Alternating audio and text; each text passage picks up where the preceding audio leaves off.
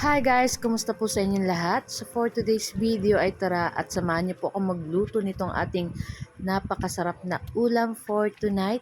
At ito yung ating hot dogs at meron din tayong 4 na pirasong itlog at ito yung ating lulutuin. So kung ako po sa inyo, hindi niyo po natatry yung ganitong luto, nako, itry nyo na at nako, napakasarap at kakaibang luto pero talagang magugustuhan ng mga anak nyo. So, yan na nga yung ating hotdog dyan. So, ito yung may cheese. So, yung ginamit natin, may cheese sa loob ng hotdog. Ipiprito lang natin yan ng ganyan. At pag nag-brown-brown na, ayan, aahunin na natin. So, napakadali lang po nito ng pagluto at talagang pag wala po kayong maisip na ulam ay itry nyo po itong ganitong luto at nako talagang sobrang sarap. So ayan na nga at naluto na yung ating hot dogs, na prito na natin lahat. So pig slice ko lang ng ganong kaliliit. So after nun guys, ano na ako nitong ating eggs, ayan 4 na piraso. Lulutuin lang natin to ng ganito kasama na yung yellow hanggang maluto na pati yung white.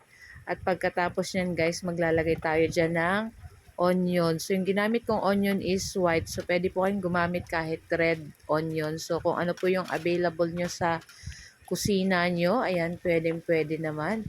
So kung gusto nyo pong maglagay ng sili, pwede, ayan, para pampaanghang. So ako wala akong sili guys. So yan lang. So after nyan, naglagay ako ng isang sachet ng oyster sauce at nitong ating ketchup at naglagay rin ako ng konting toyo at halu-haluin lang natin yan dyan guys. Naku, napakasarap nito guys. Naku, nagustuhan na naman ang trisan ko at tiyak uulitin ko na naman to pagluto uli sa susunod. So after niya naglagay ako ng konting sugar, mga 1 teaspoon or 2 teaspoon siguro. Tapos naglagay rin tayo ng konting paminta. Ayan, ang pampasarap dito sa ating niluluto. Yan. Halu-haluin lang natin to guys para mag-combine na lahat ng lasa ng ating mga sangkap na nandyan. At pagkatapos, ayan, after nito guys, pagka mekos-mekos natin, ilagay na natin dyan yung ating napritong hotdog. Nako, napakasarap nitong ating ulam for today. Ayan.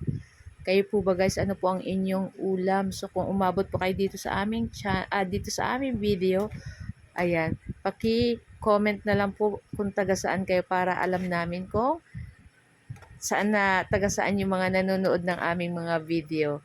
So guys, ayan, halu-haluin lang natin yan dyan guys. At pagkatapos ay ilang minuto, luto na rin naman po iyan. Ayan.